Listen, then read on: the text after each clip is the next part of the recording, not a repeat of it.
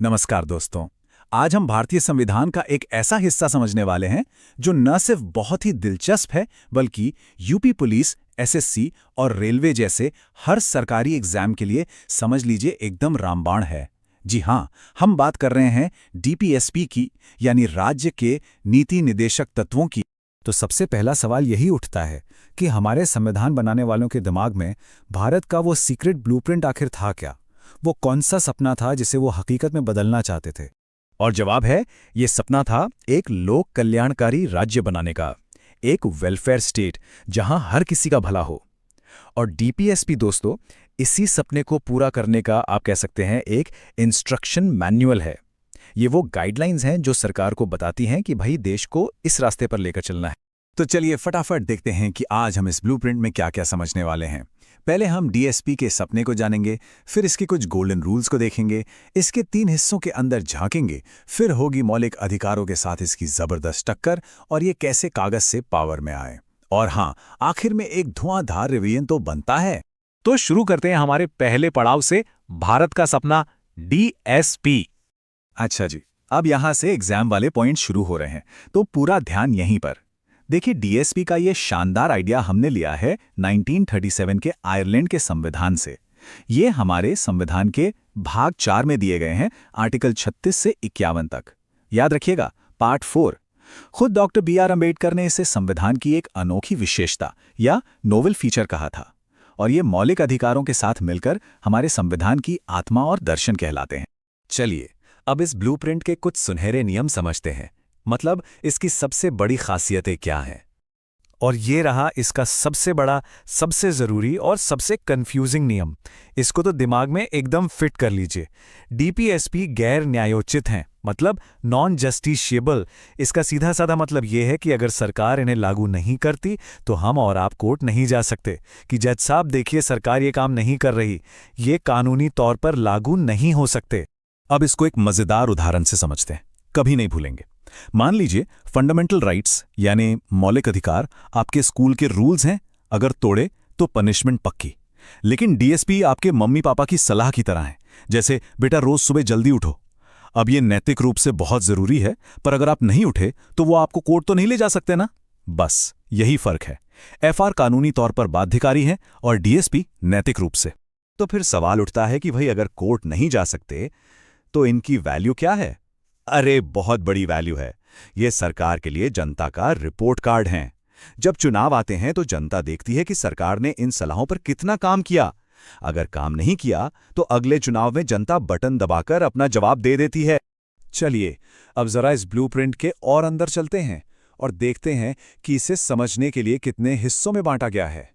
वैसे आपको बता दूं, संविधान में ऐसा कोई बंटवारा नहीं किया गया है, लेकिन हम अपनी सुविधा के लिए इसे 3 कैटेगरीज में बांटकर पढ़ते हैं: समाजवादी, गांधीवादी और उदार बौद्धिक सिद्धांत। ये वो 3 पिलर्स हैं जिन पर डीएसपी का पूरा ढांचा खड़ा है। सबसे पहले आते हैं समाजवादी सिद्धांत। इनका सीधा सा लक्ष्य है सामाजिक और आर्थिक न्याय। अब यहां पर एग्जाम हॉटस्पॉट पर फोकस करिए। आर्टिकल 39 जो कहता है पुरुष हो या महिला, समान काम के लिए समान वेतन मिलना चाहिए। और आर्टिकल 39A जो कहता है गरीबों को मुफ्त कानूनी सहायता दी जाए। ये दोनों आर्टिकल तो समझ लीजिए पेपर में छप चुके हैं। दूसरा है गांधीवादी सिद्धांत। ये महात्मा गांधी की सोच पर आधारित है और इसमें आता है एग्जामिनर का फेवरेट सवाल, आर्टिकल 40 ग्राम पंचायतों का गठन। इस पर तो जितने स्टार लगाएं कम हैं। इसको तो रट ही लीजिए, ये आपको किसी ना किसी एग्जाम में जरूर मिलेगा। और हाँ, आर्टिकल 47 भी है जो नशीले ड्रिंक्स और ड्रग्स पर रोक लगाने की बात करता है। और तीसरा है उदार बौद्धिक सिद्धांत जो मॉडर्न सोच पर बेस्ड है। इसका एग्जाम हॉटस्पॉट है आर्टिकल 44 जो आजकल खबरों में भी खूब रहता है, यूनिफॉर्म सिविल कोड, यानी सभी नागरिकों के लिए एक जैसा कानून। और आर्टिकल 50 भी बहुत जरूरी है जो न्यायपालिका और कार्यपालिका को अलग अलग रखने की बात करता है। तो दोस्तों, अब कमर कस लीजिए, क्योंकि अब हम देखने जा रहे हैं संविधान की सबसे बड़ी, सबसे जबरदस्त और सबसे दिलचस्प फाइट। एक तरफ हैं हमारे फंडामेंटल राइट्स और दूसरी तरफ हैं डायरेक्टिव प्रिंसिपल्स। सवाल बहुत बड़ा है। अगर मौलिक अधिकारों और निदेशक तत्वों में टकराव हो जाए तो कौन जीतेगा? ये लड़ाई है एक व्यक्ति के अधिकार बनाम पूरे समाज के भले की। एफआर एक इंसान की बात करता है और डीएसपी पूरे समाज की। तो बताइए कौन ज्यादा पावरफुल है? इस लड़ाई का एक लंबा इतिहास है। एक तरह की संवैधानिक रस्साकशी चली है सालों तक। 1951 के चंपकम दोइरेराजन केस से ये कहानी शुरू हुई। फिर 1967 में गोलकनाथ केस, 1973 में केशवानंद भारती केस और आखिर में 1980 में मिनर्वा मिल्स केस तक ये जंग चलती रही। शुरू में तो सुप्रीम कोर्ट ने साफ कह दिया कि भाई मौलिक अधिकार यानी एफआर ही सबसे ऊपर है। गोलकनाथ केस में तो कोर्ट ने यह तक कह दिया कि संसद डीपीएसपी को लागू करने के लिए मौलिक अधिकारों को छू भी नहीं सकती। लेकिन हमारी संसद भी कहां चुप बैठने वाली थी। उसने एक के बाद एक संविधान में संशोधन करके पलटवार किया और डीपीएसपी को ज्यादा ताकत देने की कोशिश की। और फिर आया फाइनल फैसला। 1980 के मिनर्वा मिल्स केस में सुप्रीम कोर्ट ने एक बहुत ही खूबसूरत बात कही। कोर्ट ने कहा कि एफआर और डीएसपी एक ही गाड़ी के दो पहिए हैं, एक के बिना दूसरा अधूरा है। संविधान की बुनियाद इन दोनों के बीच संतुलन पर टिकी है। तो इस लड़ाई का विनर कौन हुआ? विनर हुआ बैलेंस, यानी कि संतुलन। चलिए अब ये देखते हैं कि ये सिद्धांत सिर्फ किताबों की अच्छी बातें बनकर नहीं रह गए, बल्कि इन्होंने असल में कानूनों को कैसे जन्म दिया। हमारी सरकारों ने डीपीएसपी से प्रेरणा लेकर बहुत सारे कानून बनाए हैं, जैसे कि भूमि सुधार कानून, मिनिमम वेज एक्ट और हाँ, गांधी जी के आर्टिकल 40 के सपने को सच करने वाला पंचायती राज सिस्टम भी 73वें संशोधन से लागू हुआ।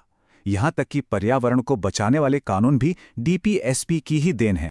लीजिए, अब आ गया है सबसे जरूरी हिस्सा, एक सुपर डुपर फास्ट रिवीजन, ताकि ये सारी बातें आपके दिमाग में हमेशा के लिए छप जाएं। तैयार है सब? तो क्या क्या याद रखना है? डीपीएसपी का लक्ष्य वेलफेयर स्टेट बनाना। ये कहाँ है? संविधान के भाग 4 में। इनकी सबसे बड़ी खासियत, ये नॉन जस्टिशिएबल हैं, मतलब कोर्ट नहीं जा सकते। और मौलिक अधिकारों से लड़ाई का नतीजा क्या निकला? Balance is the key. बस इतना याद रख लिया तो डीपीएसपी का कोई भी सवाल आपसे बचकर नहीं जाएगा। और ये लीजिए, ये है आप सबके लिए टॉपर्स का खास नोट्स।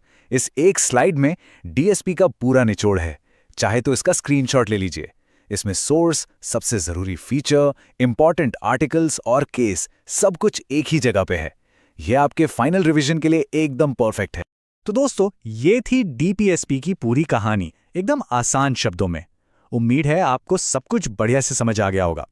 ऐसे ही मुश्किल टॉपिक्स को आसानी से समझने के लिए चैनल को सब्सक्राइब करना बिल्कुल मत भूलिएगा। इस पेशकश को लाइक करें और हाँ, अपने दोस्तों के साथ भी इसे जरूर शेयर करें। धन्यवाद।